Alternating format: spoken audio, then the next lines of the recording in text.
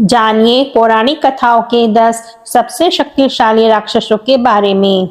हिंदू धर्म की पौराणिक कथाओं में अनेक राक्षसों का वध मिलता है जो अपनी शक्ति, वीरता और आतंक के लिए प्रसिद्ध थे।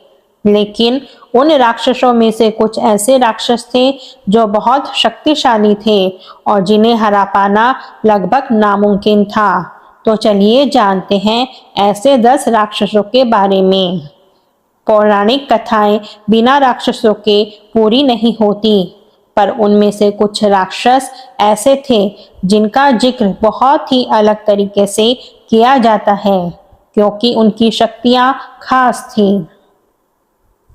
इन राक्षसों के संहार के लिए तो कई बार भगवान को भी अवतार लेना पड़ा। तो चलिए पौराणिक कथाओं के उन 10 राक्षसों के बारे में जो बेहद शक्तिशाली थे। रावण के बारे में कौन नहीं जानता। वो न केवल शक्तिशाली था बल्कि बहुत ज्ञानी भी था। लंकापति रावण ने उस समय के त्रिदेवों को छोड़कर इंद्र, यम, वरुण जैसे 30 देवों, यक्षों तथा दैत्यों आदि को पराजित कर तीनों लोकों पर विजय प्राप्त कर ली थी। रावण 10 सिर और 20 भुजाओं वाला राक्षस था। माता सीता का हरण उसकी मृत्यु का कारण बना और वो भगवान राम के हाथों युद्ध में मारा गया। हिरण्यकश्यप। हिरण्यकश्यप एक अत्यंत शक्तिशाली राक्षस था जिसने भगवान से वरदान प्राप्त किया था कि उसे कोई भी देव, असुर, गंधर्व, नर और पिशाच न मार पाए। किसी अस्त्र शस्त्र से उसकी मृत्यु न हो पाए। बाद में भगवान विष्णु के भक्त प्रहलाद को मारने का प्रयास किया। भगवान विष्णु ने नरसिंह अवतार धारण कर हिरण्यकश्यप का वध किया। महिषासुर। महिषासुर एक भैंसे का रूप धारण करने वाला राक्षस था जिसने देवताओं को पराजित कर स्वर्ग पर अधिकार कर लिया था। देवी दुर्गा ने महिषासुर का वध किया और उसे पराजित किया। दुर्गमासुर। अपने पिता की मृत्यु का प्रतिशोध लेने के लिए उसने दिव्य ऋषियों से चारों वेद चुरा लिए क्योंकि उसे लगता था कि उसके पिता की मृत्यु दैवीय हस्तक्षेप से हुई थी।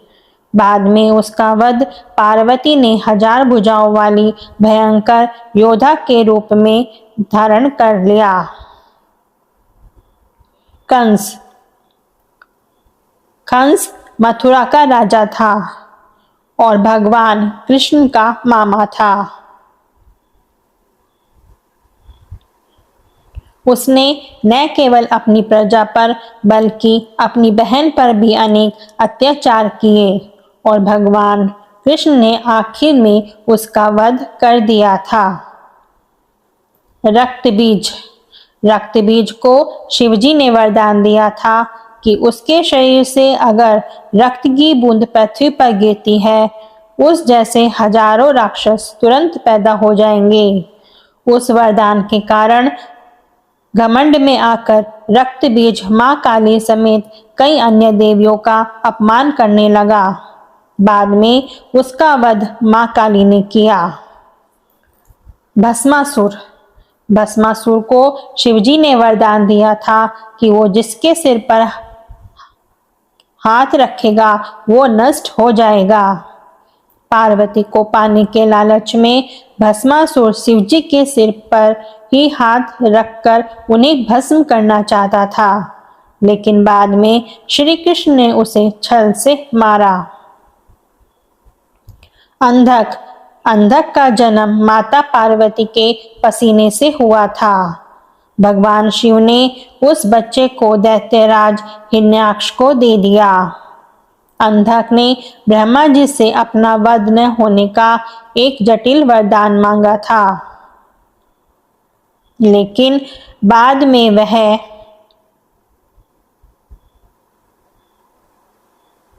मां पार्वती पर ही मोहित हो गया और यही बेवकूफी उसकी मृत्यु का कारण बनी। बाद में अंधक का वध भगवान शिव ने अपने त्रिशूल से किया था। सुबाहु सुबाहु एक राक्षस था जिसने विश्वामित्र के यज्ञ को नष्ट करने का प्रयास किया। श्री राम ने सुबाहु का वध किया। धूम्रलोचन धूम्रलोचन एक राक्षस था जिसने देवी दुर्गा के साथ युद्ध किया और मारा गया। वह महिषासुर का सेनापति था। दोस्तों, आपको ये जानकारी कैसी लगी? अगर वीडियो पसंद आई हो तो इसको लाइक, चैनल को सब्सक्राइब करें। फिर मिलते हैं अगली वीडियो में, तब तक अपना ख्याल रखना।